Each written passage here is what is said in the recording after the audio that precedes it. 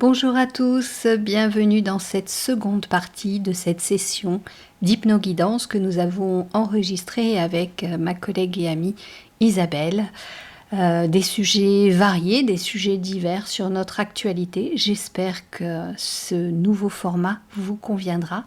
N'hésitez pas à mettre des commentaires, à liker, à partager également pour que la petite chaîne monte. Je vous en remercie par avance et belle écoute. À bientôt. Alors, je vais maintenant te poser la question par rapport à ce qui se passe en Ukraine. Est-ce que c'est quelque chose qui est, je vais dire, voulu? Alors, j'ai toujours des images, hein, parce que moi, on me parle beaucoup avec des images. On me montre l'Ukraine comme un furoncle Mmh mh. Mmh. et le principe du furoncle, il faut aller, Sortir le pu. et puis enlever, ce qu'on appelle, le germe là, le Oui, bourbion, oui, parce que sinon le pus se renouvelle. se renouvelle. Oui, c'est ça que c'est ça là que je voulais venir. Voilà, et donc il faut aller au cœur C'est du nécessaire cœur. alors, c'est bien ça? C'est quelque chose qui est nécessaire pour pouvoir aller mieux après? Oui, oui, c'est même vital, parce que ça va au-delà d'un furoncle, c'est une gangrène, on me dit, et quand, il y a gangrène, faut couper. Mmh. Donc là, c'est encore localisé, certes sur un territoire, assez vaste. Je ne connais pas la taille de l'Ukraine, en fait. On me dit quand même un territoire assez vaste, mais ce que je vois, alors c'est vrai que moi j'ai un passé d'infirmière, donc je vois comme si la personne avait une blessure au pied et ça gagne sur tout le membre inférieur. Et on me dit: «La gangrène, elle vient de l'Europe». C'est où le démarrage de l'infection, si on peut dire? Alors c'est comme si chacun avait apporté, sa part de pus et que l'Ukraine était un collecteur de pus. Ah bah, dis donc, on part, sur des trucs un peu dégueulasses. Qu'est-ce qui Hem, fait qu'elle est collecteur de pus? Est-ce que c'est dû à ce qu'on a soi-disant entendu parler qu'il y aurait des laboratoires qui se trouvaient là? C'est une des raisons? Est-ce que c'est vrai ou pas? il y a, heu, le pus était déjà là avant et ça a permis Mmh. d'implanter les laboratoires. En fait, c'est comme si l'Ukraine appartenait à plusieurs États, que chacun avait sa part, c'est comme si c'était un trésor, Mmh. l'Ukraine, et que chacun en avait pris une part, hem, en fonction de, on va dire, De de ses ses besoins, apports, oui. de ses subventions. L'Ukraine, c'est vraiment, j'ai ce truc de furoncle qui gagne, et si on O n'arrête pas ce qui se passe en Ukraine, c'est ça va s'étaler. Ça va s'étaler, c'est comme une porte ouverte, à l'infection, l'Ukraine. OK. Alors décroche-toi un petit peu de ça et qu'est-ce qu'il faut faire pour, stopper ça? Pour régler le problème? Est-ce que tu as une réponse pour ça? Qu'est-ce qui est conseillé? Arrêter de nourrir de la peur, de la violence, d'écouter justement, et là, on me remonte ces fumées noires qui rentrent par les oreilles ou par les yeux, se détacher, se détacher et envoyer de la lumière. La lumière, on me dit, c'est comme un antibiotique qui pourrait, apaiser, nettoyer aussi, et ne pas croire que c'est une vision utopique. Hem, cette lumière, elle peut tout guérir parce que c'est de la lumière divine. Mmh. Si on le fait avec foi, si on le fait en se reconnectant à son essence, la lumière, blanche et or, on me dit toujours ça, blanche et or, elle peut elle peut nettoyer la lumière noire. Il y a un émissaire, il y a quelqu'un qui fait au niveau terrestre en ce moment. Alors bien sûr, c'est celui qu'on appelle l'envahisseur. Mmh mh. C'est Mmh. voilà. Il est montré comme la bête noire. C'est, c'est comme quand on dit tu vois la paille qu'il y a dans l'œil du voisin, mais tu vois pas la poutre qu'il y a dans le tien. Donc Mhm. lui, on va dire, oui, c'est l'envahisseur, c'est à cause de lui, mais lui, il a une mission De là de nettoyage. nettoyage. On me parle de Karcher, Mhm. on me parle de, et euh, je vois des gens qui arrosent, qui nettoient, et puis et des gens qui tendent la main. Et au milieu de ce furoncle qui est l'Ukraine, il y a des gens en souffrance, des gens qui sont malades de ce qui se déroule là. Et ce soi-disant envahisseur, il vient tendre la main. Mais j'ai l'impression qu'il est un peu dépassé aussi par les événements, comme s'il n'avait pas prévu que ça prenne autant d'importance et que du coup, il est dans un engrenage et que il est peiné, il est peiné des pertes humaines, Humaine. quelles qu'elles soient, on me dit. Parce qu'il a conscience qu'en ces humains, il y a une âme, ou pas. On me dit ou pas. Mais c'est trop difficile au niveau de la matière de voir qui a une âme et qui n'en a pas. Parce qu'on me dit euh, guerrier de l'ombre, hein, on me dit vraiment guerrier de l'ombre, qui, qui viennent rajouter du pu au pu. Je voudrais bien sortir de cette image qui est un Ok, peu ok. dégueulasse. Alors tu te détaches de ça. Tu prends de la hauteur, tu respires profondément. Oh, tu te décroches, tu dissocies tout ça.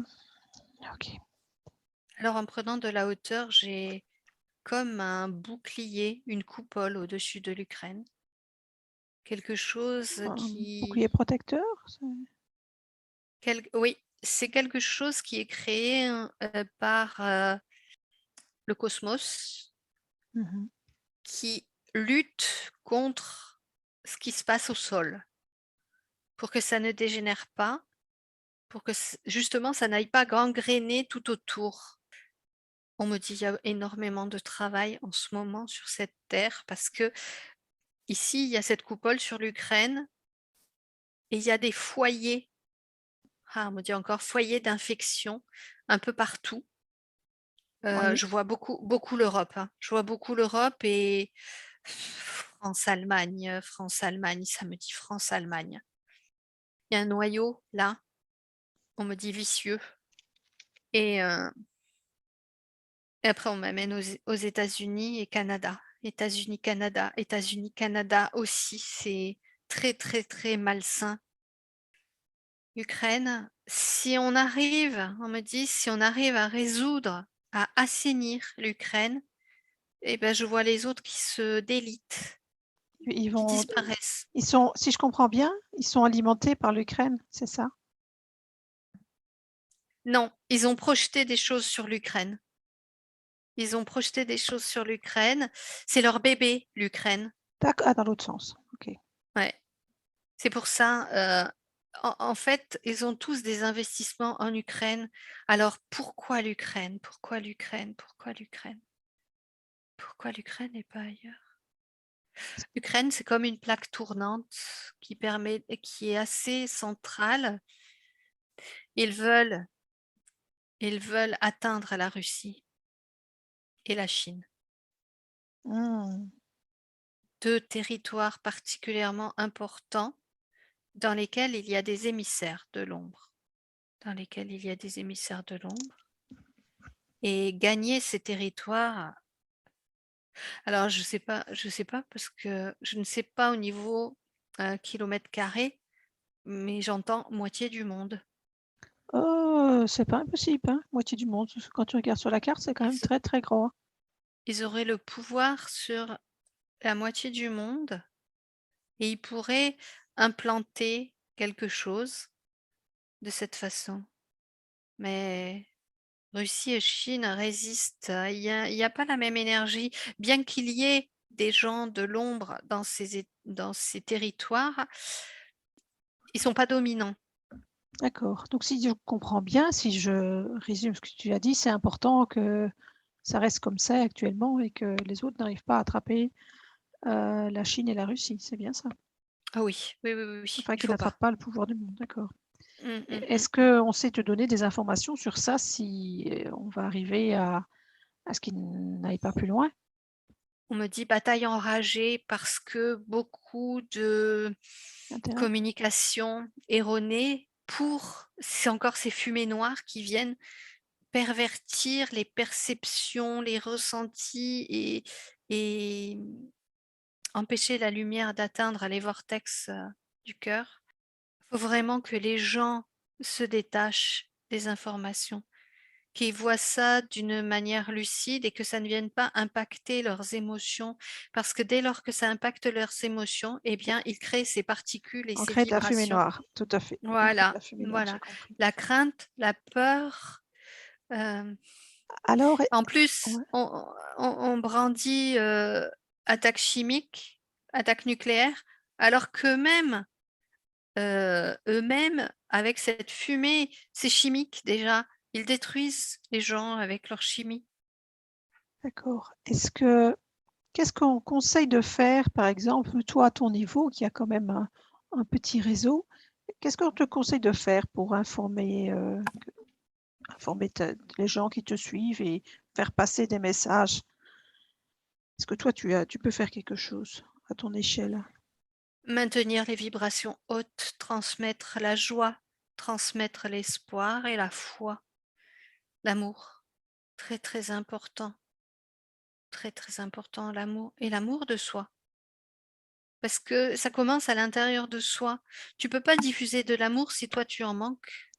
Donc il faut que les gens s'aiment, la base étant de s'aimer et Et alors est-ce s'aimer, c'est accepter d'être imparfait. C'est cesser de se donner une étiquette, d'être malheureux, d'être, qui n'a pas, tout ce qu'il veut dans la vie. C'est accepter de vivre l'instant présent tel qu'il est et y trouver ces parcelles de haute vibration. C'est c'est se dire en se réveillant le matin: «Chouette, voilà une nouvelle journée, qu'est-ce qui va m'arriver de magique dans cette journée?» C'est, heu OK, j'ai crevé un pneu de ma voiture.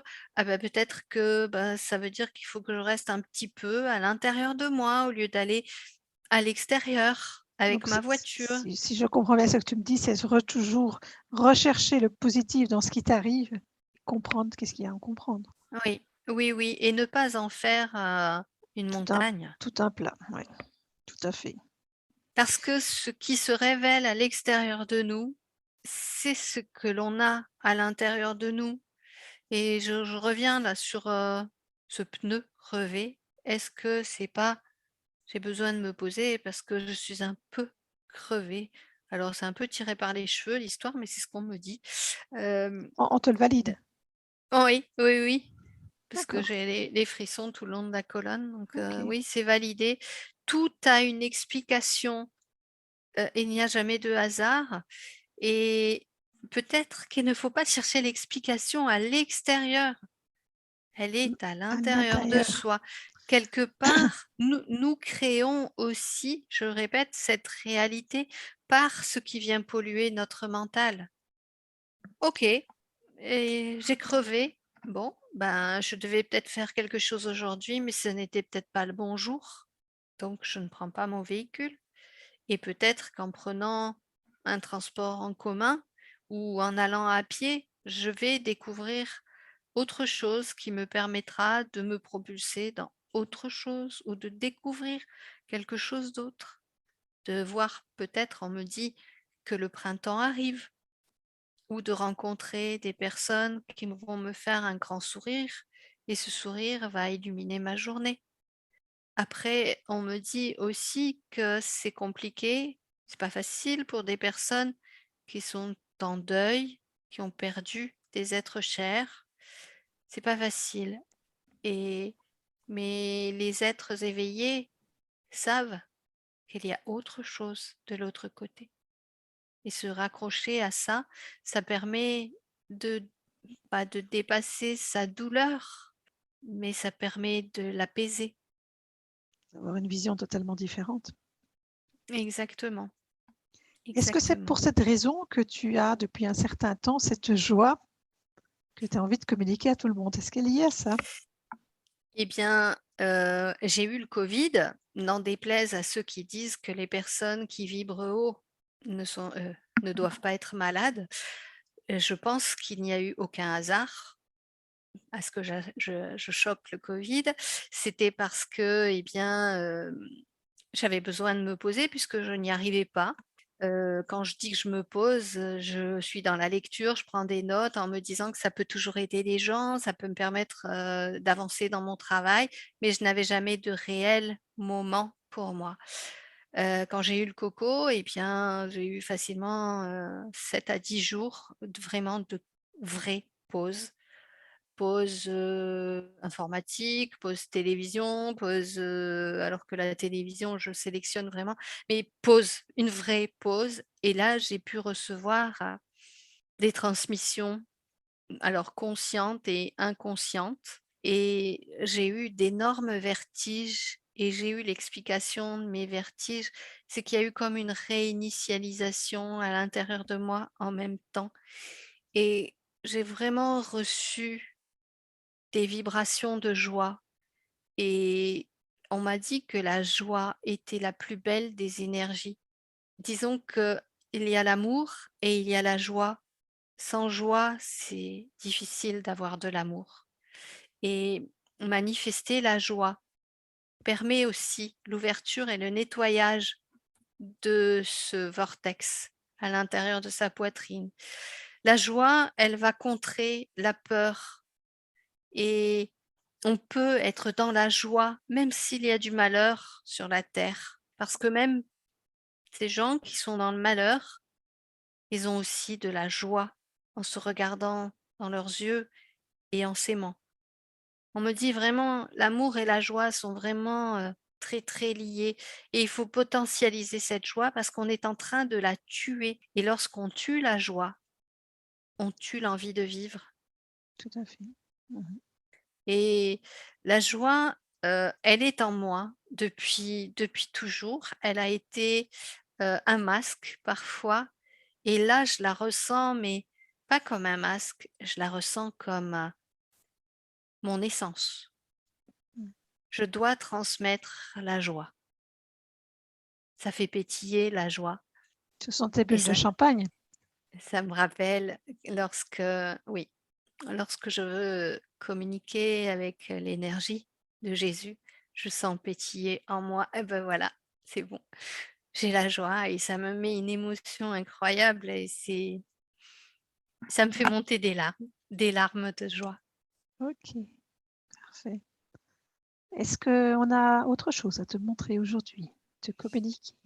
Alors, c'est bizarre, j'ai quelque chose au niveau de l'Afrique et j'entends des tam-tams et je vois comme des chars qui sortiraient de la terre, du sable, comme s'ils prenaient vie de la terre et que l'Afrique était en train elle est en train de montrer sa force, on me dit, comme si elle se rebellait. Il y a de la alors ça m'embête parce qu'il y a de la colère sur l'Afrique. Il y a beaucoup de colère qui était retenue et l'Afrique se montre guerrière. Je ne sais pas ce que ça veut dire, ça me donne un peu la nausée. Est-ce qu'il y Mmh. a une explication qu'on peut te donner pourquoi on te montre ça? Alors, c'est oui, ça me donne la nausée et ça me parle d'empoisonnement. Ils ont été empoisonnés? Mmh. Prends de la Co hauteur, hein, tu prends de la hauteur, tu es juste ici en pas spectateur, mais tu regardes, hein, tu te mets dans ta bulle, tu te coupes des émotions. L'Afrique a été un laboratoire, certains territoires de l'Afrique ont été des laboratoires d'expérience et c'est tous ces poisons qui sont vomis en même temps que la colère. J'ai sur l'Afrique de la conscience assez élevée. Je vois des sages qui transmettent, qui veulent revenir à la sagesse ancestrale, à la communication avec la terre, à une vie simple Mhm. et équilibrée. Et d'un autre côté, hein, on me dit multinationale, on me dit esclavage, on me dit, hein, je vois des billets de banque, beaucoup, beaucoup de billets, des lingots. Et si je comprends bien, L'Afrique serait comme un coffre-fort pour des multinationales, euh, un, un puits d'argent, beaucoup, beaucoup d'intérêt sur l'Afrique au détriment des populations. Beaucoup de ressources en Afrique qui intéressent, multinationale, ah, c'est ça? oui, mais on me dit aussi peuplade extraterrestre. Il y a des minerais précieux en Afrique qui ne sont pas précieux pour les terriens, mais qui sont précieux pour des êtres extraterrestres. Alors, je ne sais pas ce que c'est ce minerai. Je vois des carrières d'extraction en terre rouge, un peu comme le sable rouge. Mhm. Alors c'est drôle parce qu'on me dit que ça n'est pas visible par l'œil humain. C'est Donc, comme si, ouais, c'est si on comme se s'il y avait un truc d'invisibilité là-dessus. c'est pas une histoire de dimension? Non, il y a une technologie qui fait que c'est pas visible à l'œil humain. Comme ça se fait en toute Incognito. tranquillité. Ouais, ouais, c'est quelque chose, oui. Et il y a d'autres endroits sur la Terre qui bénéficient de ce truc d'invisibilité et ça fait que ça peut se pratiquer sans que les gens ne soient au courant. J'ai quelque chose au nord de la Russie comme ça aussi, comme comme si c'était des passages à travers, justement, tu parlais de dimensions. Il y a possibilité de passer là, à ces endroits-là, sur des plans différents. Je vois ça en Afrique, je vois ça au nord de la Russie. Il y a des îles, soi-disant, désertes, qui sont aussi des passages. Donc ces Dans passages servent de changer de dimension. Oui, dans, des îles qui seraient pas, accueillantes Mhm. et qui d'ailleurs, ont des récifs autour qui font que c'est on En tout cherche pas à y aller parce que mhm. les bateaux ont coulé et c'est vraiment pas accueillant et en fait, ça les préserve et ce sont des passages vers on me dit même des bases intraterrestres Est-ce et que c'est des plans, comme des portes, entre les plans. est-ce que c'est quelque chose qui est dangereux pour les humains? Ils le voient pas, mais par contre, les êtres qui passent à travers, eux, ils sont dangereux pour les humains parce qu'ils s'infiltrent dans la population terrienne, hem et c'est pas toujours bienveillant. Il y a au milieu des terriens, il y a des êtres, venant d'ailleurs qui sont bienveillants, qui ont pris forme humaine et d'autres qui n'ont pas pris forme humaine, mais qui sont invisibles, Mhm. qui ne sont qu'énergie. Ils sont là en soutien et aussi en éclaireur et rapporteur quelque part. Ils transmettent ce qui est vraiment à la base. Puisqu'ils se mélangent aux humains, ils perçoivent vraiment les émotions, on va dire, à la base. Donc ils transmettent ça et ils sont aussi des régulateurs énergétiques à leur mesure.